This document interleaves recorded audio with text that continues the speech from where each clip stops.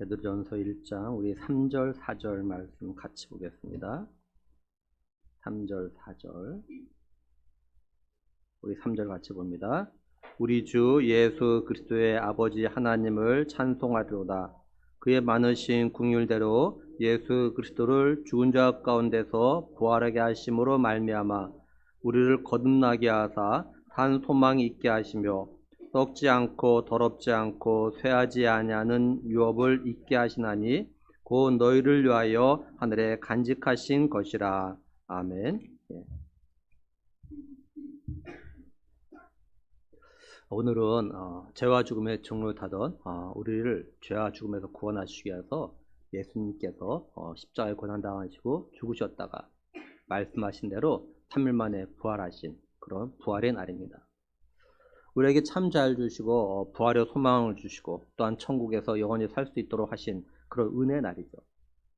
예수님을 진실로 믿는 사람들은 기뻐하고 기뻐할 날이고 또한 감사하고 감사할 날입니다. 근데 제가 하나 좀 질문을 좀 할게요. 우리 죄를 위해서 죽으셨던 예수님의 부활을 갖다 믿으십니까? 그럼 예수님의 재림도 믿으십니까? 그러면 예수님이 다시 오실 날, 또 우리가 한 번은 죽지만 부활할 그날을 갖다가 기대하고 바라보면서 지금 믿음으로 살고 계십니까?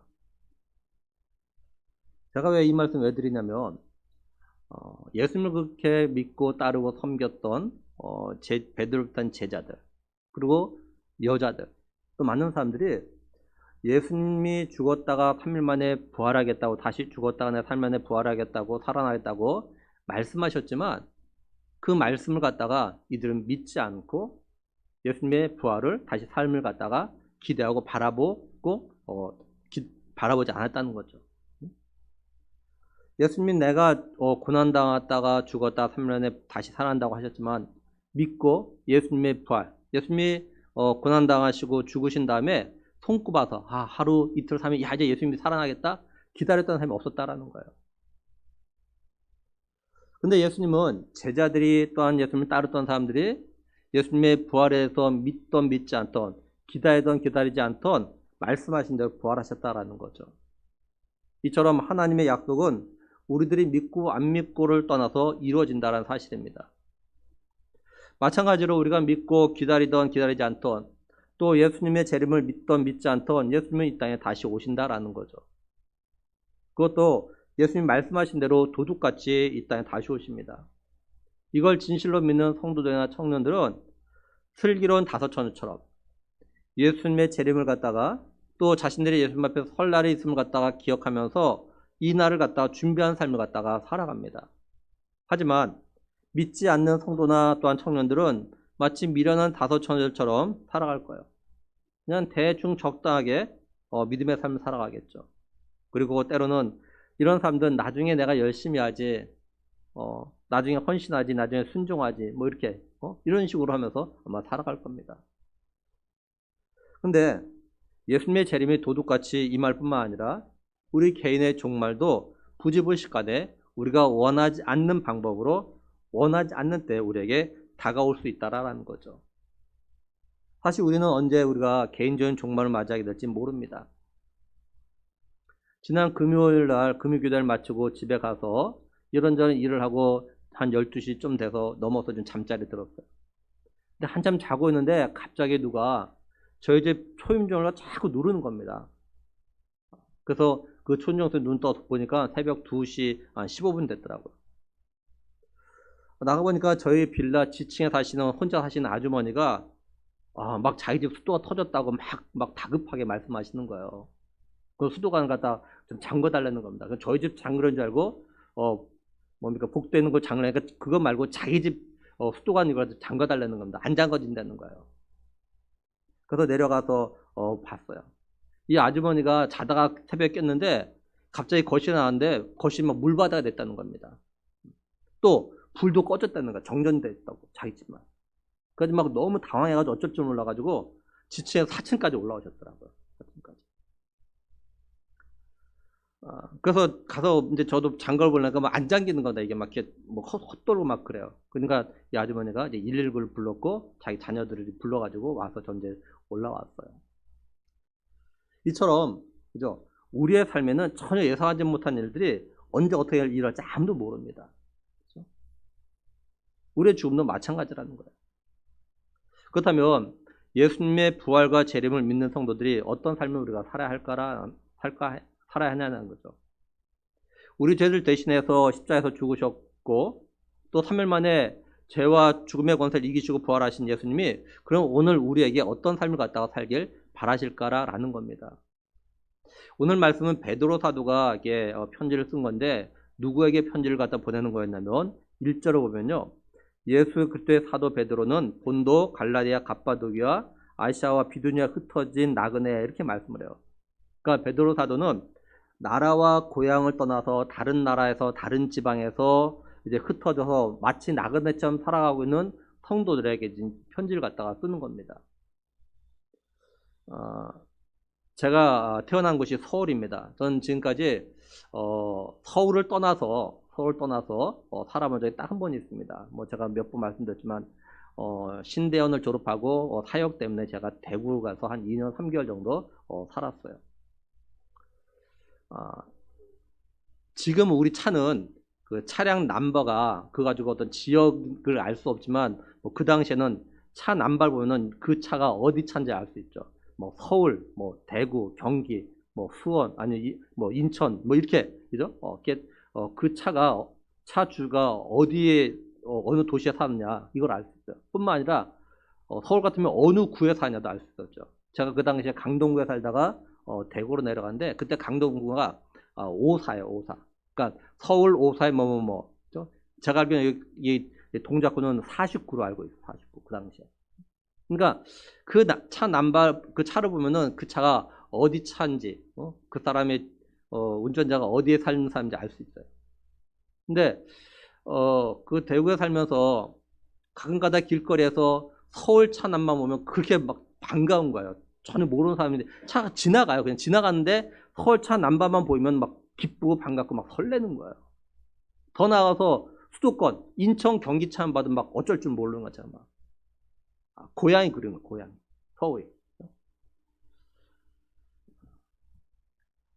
근데 저처럼 고향을 떠나는 이유가 어떤 사역이나 어떤 직장 때문에 떠나는 거 그나마도 좀 괜찮아요.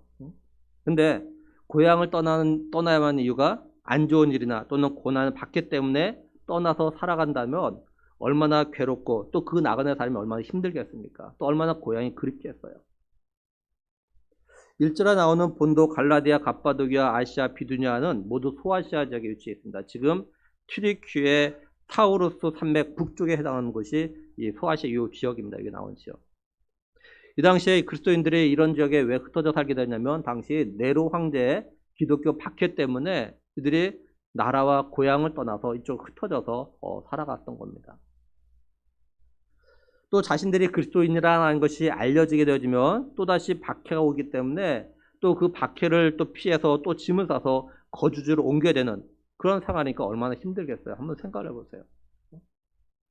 좋은 일로 이사 가는 것도 힘든데 안 좋은 일로 또한 죽을지 모른다는 붙잡힐지 모르는 그 불안감 때문에 초조감 때문에 그죠? 내 정체가 드러나면 거주를 옮겨야 되는 얼마나 그 상황이 힘들겠습니까? 한번 상상해 보세요. 마치 나그네가 자기의 목적지 가기까지 여행 중에 짐을 풀었다 쌌다 하는 그런 삶을 살아가는 거죠. 그래서 흩어진 나그네 이렇게 표현하고 있는 거죠. 그러니까 베드로 사도는 이렇게 정말 그 박해 때문에 자기 고향과 집을 떠나 생활하는 이들에게 위로하는 마음으로 이 편지를 갖다 쓴 겁니다. 근데 이게 흩어진 나그네라는 말은 좁은 의미로는 당시에 예수님 때문에 믿음 때문에 고난과 박해를 받아서 흩어져 살아가는 이 성도 소아시아 교회 소아시아에 흩어져 사는 이 성도를 갖다 말하는 거고 넓은 의미로는 오늘날 이 땅에서 나그네처럼 살아가고 있는 모든 성도를 갖다 가리키는 말이에요. 근데 우리 성도들은 이게 돌아가야 되는 그런 고향이 있습니다. 그죠?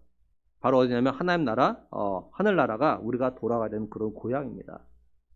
믿음장의 히브리서 11장 13절에서 16절 보면 이 사람들은 다 믿음을 따라 죽었으며 약속을 받지 못하였을 때 그것들을 멀리서 보고 환영하며 또 땅에서는 외국인과 나그네임을 증언하였으니 그들이 이같이 말하는 것은 자기들이 본향 찾는 자임을 나타냅니다.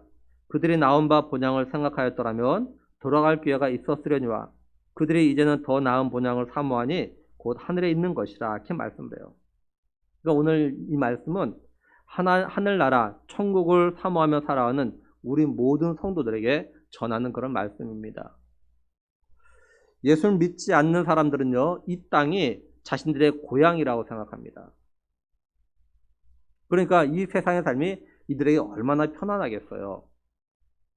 근데 우리 예수님 믿는 사람들은 이 세상이 편해서는 안 됩니다. 이 땅이 편해서는 안 돼요. 우리 성도는요, 이 세상의 삶이 좀 불편해야 돼요.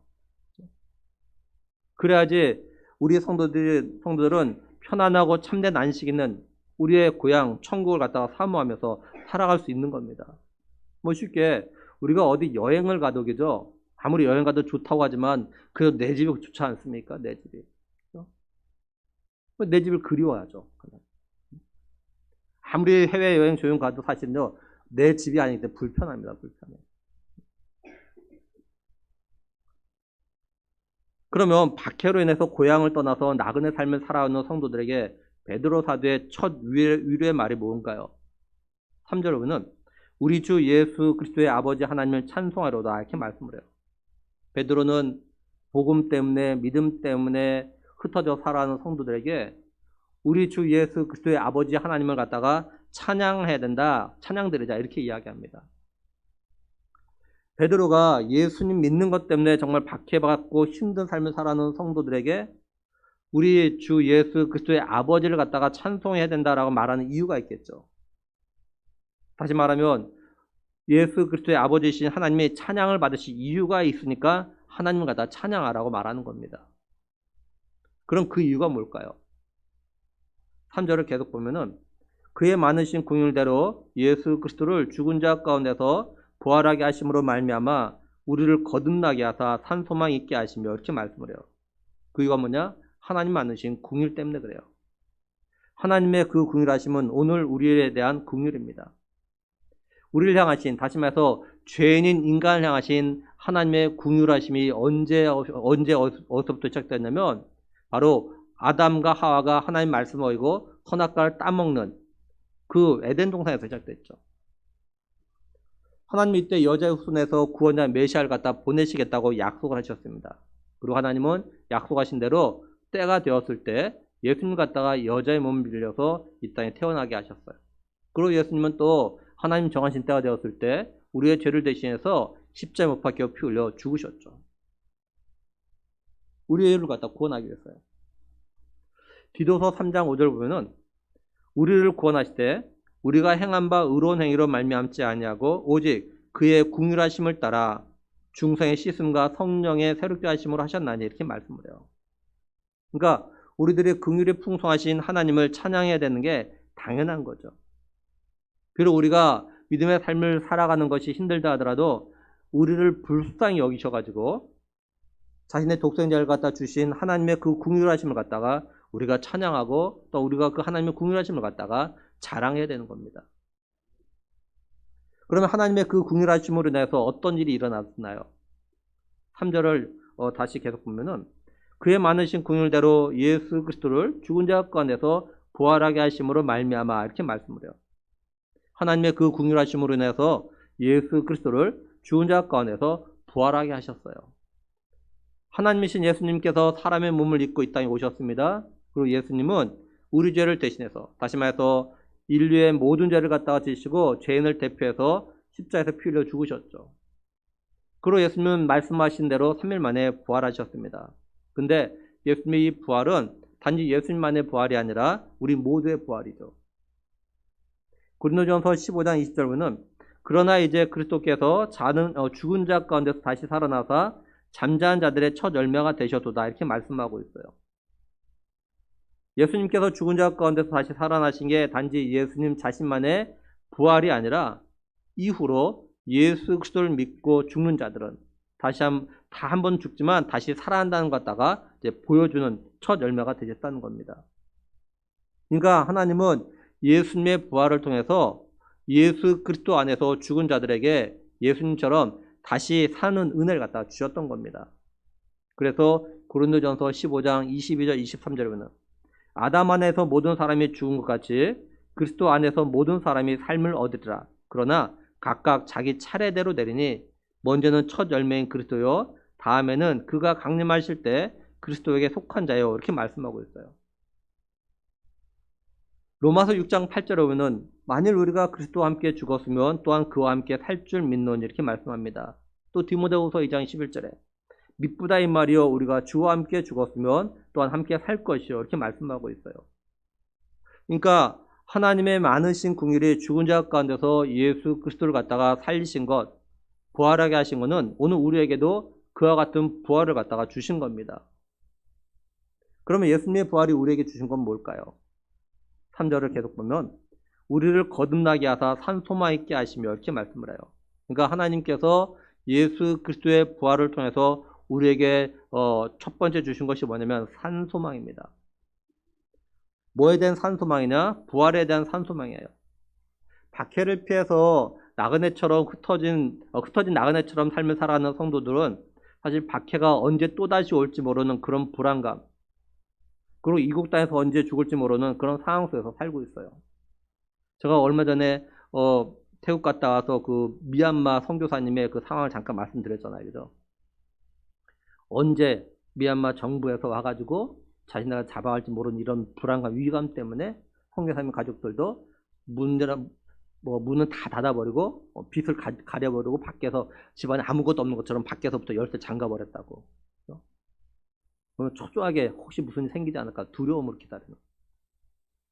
그러니까 믿음 때문에 신앙 때문에 흩어져서 나그네처럼 살아가는 이 성도들이 그런 삶을 살았을 거예요. 내가 그리스도인으로 드러나게 되면 언제 어떻게 잡혀갈지 모르거나 고난받을지 모르거나 죽을지 모르나, 이런 불안한 두려움 가운데. 근데 이런 성도들에게 하나님께서 예수 그리스도를 죽은 자 가운데 다시 살리셨다라는 것. 다시 말하면 이런 거예요. 성도 여러분이 죽을지라도 하나님께서 예수 그리스도를 갖다가 죽은 자 가운데 다시 살리신 것처럼 여러분도 살리실 것입니다. 이 말이 이들에게 위로로 전해졌던 거예요. 죽어도 다시 산다. 왜냐하면 이 땅에서 죽음으로 모든 것 끝나는 것이 아니라 예수님께 다시 부활할 수 있다라는 그런 기대와 소망을 갖다가 가지게 하셨기 때문이죠. 우리는 여기서 산 소망을 갖다 주셨다는 말씀을 좀 주목할 필요가 있습니다. 여기 산이란 말은 말 그대로 살아있는 이런 의미죠. 살아있는. 나그네와 같은 삶을 살아가는 성도에게 예수 그리스도가 죽은 자 가운데서 다시 살아나셨다, 이 말씀은 과거의 일 또는 죽은 일이 아니라 오늘도 살아 숨쉬는 산 소망이란 이런 말입니다. 예수님의 부활 사건이 그저 지나간 과거의 일로 예수 그리스도에게 국한된 것이 아니라 그 부활 사건이 오늘도 살아서 숨을 쉬기 때문에, 살아의 생명이 있기 때문에 산 소망, 살아있는 소망, 이것이 되는 거예요.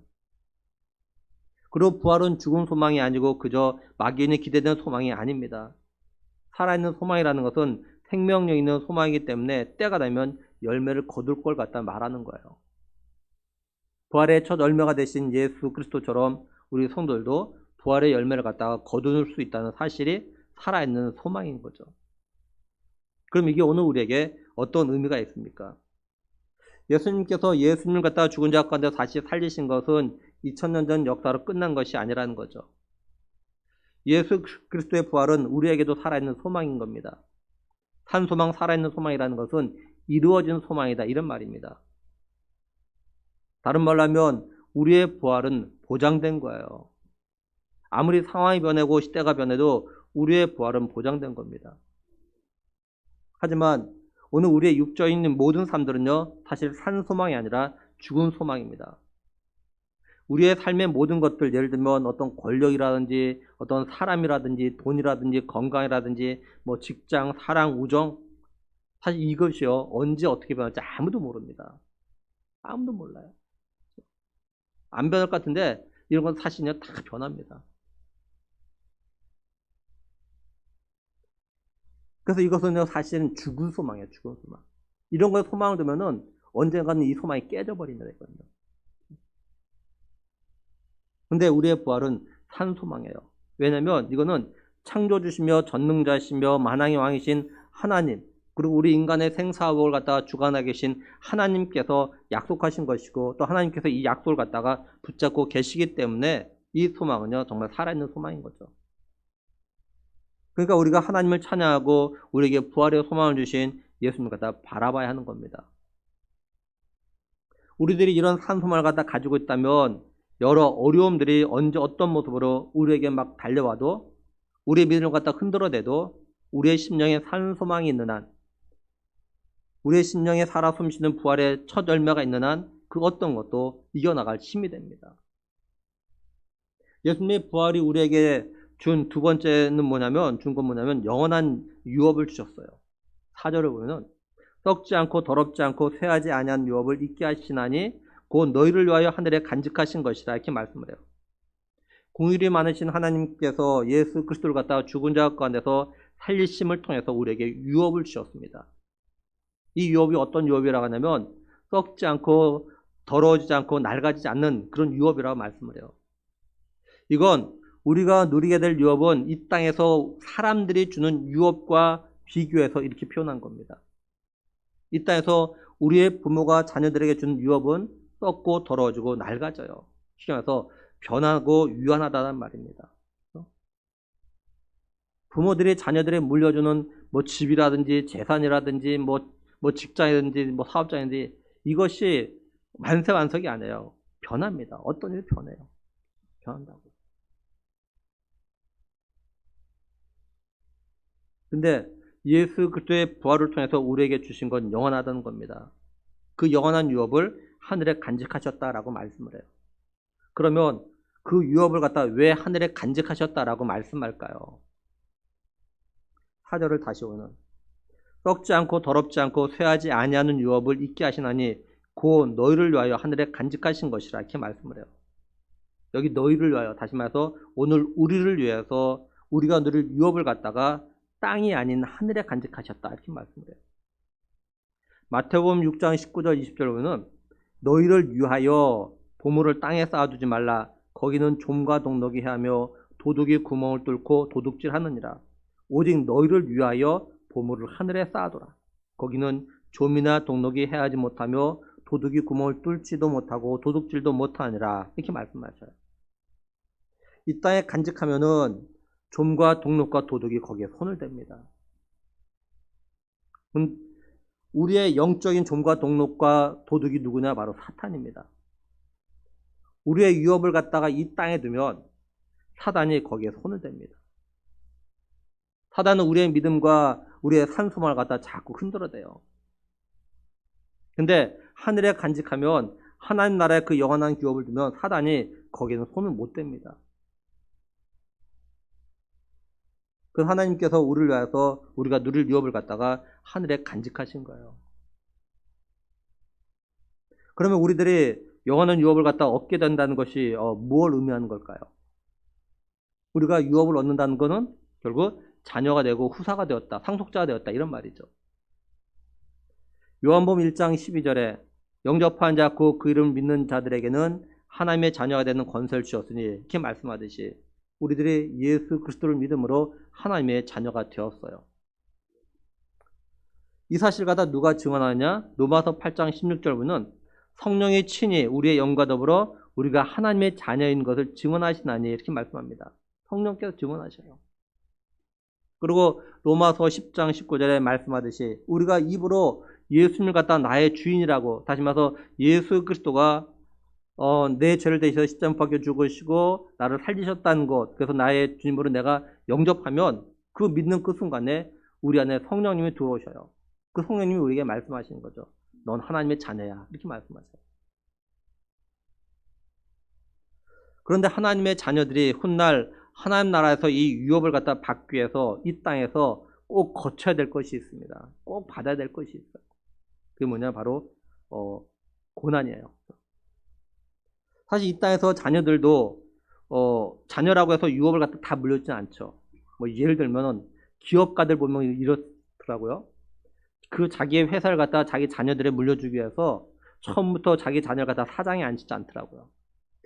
어떤 분은 말단 사원부터, 어떤 분은 뭐 조금 직급을 높여서, 그래서 그 회사의 전반적인 상황을 갖다가 알도록, 그래서 나중에 사장이 되었을 때 그걸 갖다 잘 해나갈 수 있도록 하기 위해서 다 뭡니까 여러 과정을 다 거치게 만듭니다.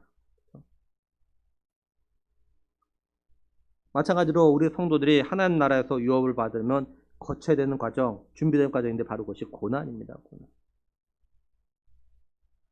로마서 8장 17절에 자녀이면 또한 상속자요, 상속자 곧 하나님의 상속자요, 그리스도와 함께한 상속자니 우리가 그와 함께 영광을 받기 위하여 고난도 함께 받아야 할 것이니라 이렇게 말씀을 해요. 예수님께서 부활의 영광을 갖다 누리신 건 십자가의 고난이 있었기 때문이에요.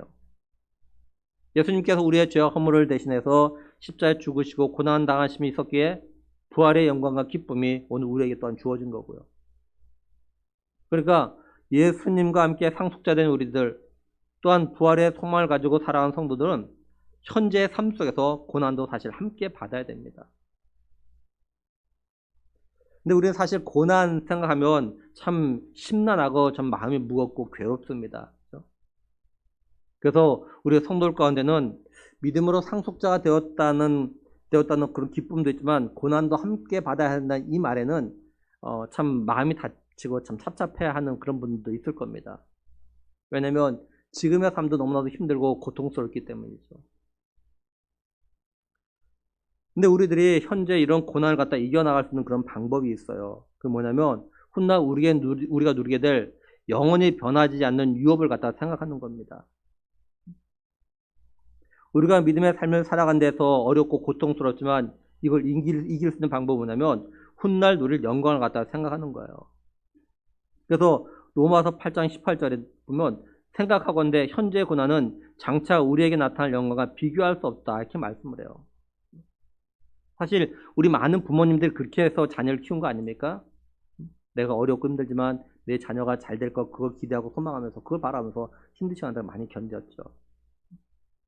또 뭐 일하는 우리 직장인들도 마찬가지 아닙니까? 내가 지금 이거 이렇게 일하는 것이 단지 어떤 현재 수입만이 아니라 그 내가 직급이 올라갈 거 뭐 이런 걸 기대하면서 참아내는 거 아닌가요? 그죠?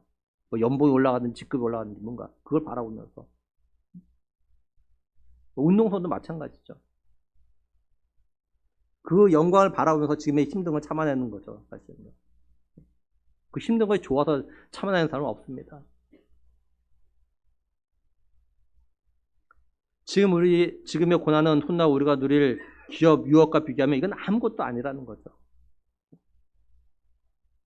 그러니까 우리가 이걸 믿으면 지금의 고난은 기쁨으로 이겨나갈 수 있다는 거예요. 또한 우리가 현재 당하는 고난들은 이미 예수님께서 이겨놓으신 겁니다. 요한복음 16장 33절에 세상에서 너희가 환난을 당하나 담대하라 내가 세상을 이겨노라 예수님께 이렇게 선포하셨어요.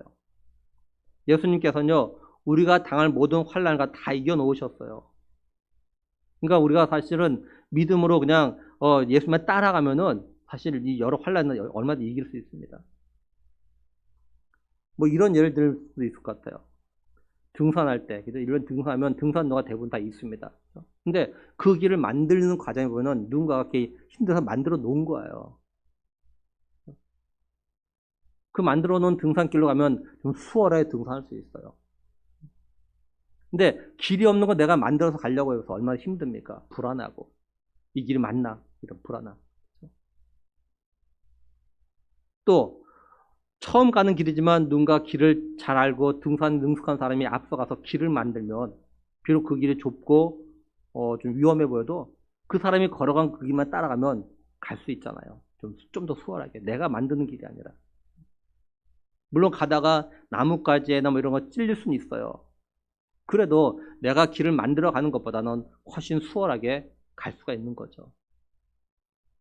마찬가지로 우리 예수님께서 우리를 하여금 모든 고난의 길을 갖다가 이길 수 있도록 길을 갖다 닦아 놓으셨어요. 그래서 우리는 믿음으로 그 길을 따라만 가면 좀 더 쉽게 갈 수 있습니다. 물론 힘들지요. 그래도 갈만해요. 우리의 믿음의 선진들이 다 그렇게 그 길 걸어갔거든요. 우리 선진들 가운데는 꼭 뭐 예수님, 뭐 사도 바울, 뭐 이런 믿음이 정말 우리가 보면 존경할 만한 그런 사람뿐만 아니라 그냥 평범한 우리의 믿음의 선진들이 있어요. 그분들도 다 그 길을 걸어갔다고요. 사실 오늘 우리가 믿음의 삶을 살아가고 있는데 그러면서 겪고 있는 여러 어려움들이 있다면 또 이 어려움들을 갖다 우리가 이 정도 잘 참아내면서 지금까지 믿음의 삶을 걸어가고 있는 건 이미 예수님께서 이 모든 것을 이겨 놓으셨기 때문에 우리가 그나마도 이렇게 가고 있는 거야, 사실은요.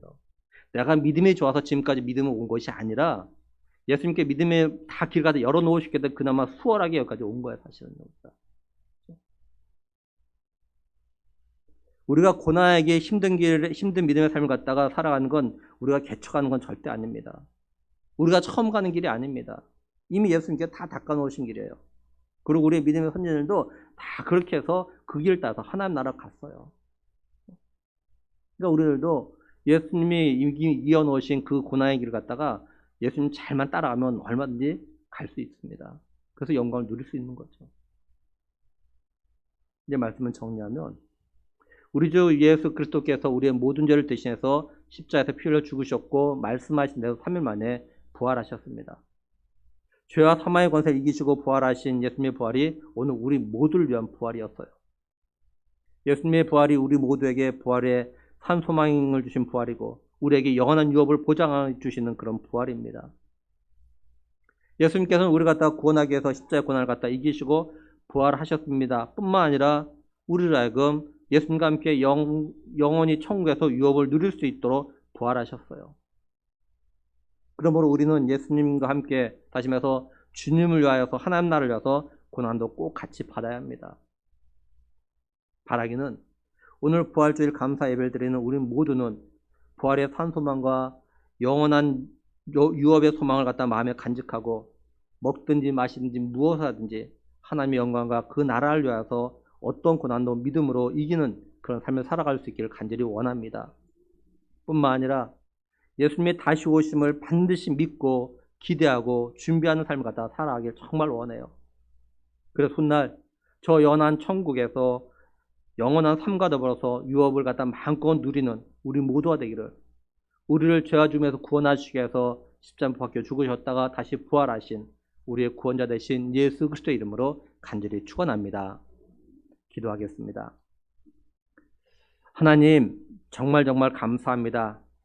우리를 긍휼히 여기셔서 죄로 인해서 죽지 않게 예수님을 이 땅에 보내셨고 예수님으로 하여금 우리의 죄를 대신해서 십자가에 박혀 죽으시고 말씀하시고 약속하신 대로 부활하심으로 우리에게 산 소망을 주신, 부활의 소망을 주신, 천국에서 영원토록 주님과 함께 살 수 있는 그러한 은혜 주심에 대해서 다시 한번 감사함을 드립니다. 하나님은 우리가 그냥 천국에서 아무것도 안 하고 사는 것이 아니라 천국에서 정말로 많은 상급을 받아 누리며 왕처럼 살아가기를 바라셔서 또한 예수님과 함께 영광을 누리도록 하기 위해서 이 땅에서 믿음의 삶을 살아감에 있어서 고난도 받기를 원하시는, 복음을 위하여서 주님을 위하여서 고난도 기꺼이 받기를 원하시는 아버지 그 주의 마음을 우리가 정말 알기를 원합니다. 하나님 우리에게 은혜 주셔서 우리가 예수님 믿는 것 때문에, 믿음의 삶을 살아가는 것 때문에 어려움 겪고 힘든 일이 있다 하더라도 주저하지 않게 하시고 포기하지 않게 하시고 낙심하지 않게 하시고 예수님께서 이미 다 이겨놓으신 그 길이라는 것을 기억하면서 하나님 아버지 우리가 그 믿음의 길을, 그 고난의 길을 주님을 알아보면서 묵묵히 잘 걸어가서 마침내 저 영원한 천국에서 주님과 더불어서 영광을 누리는 그런 복된 아버지 하나며 우리 모든 믿음의 식구들 될 수 있길 간절히 원하옵고 우리 주 예수 그리스도의 이름으로 기도드리옵나이다. 아멘.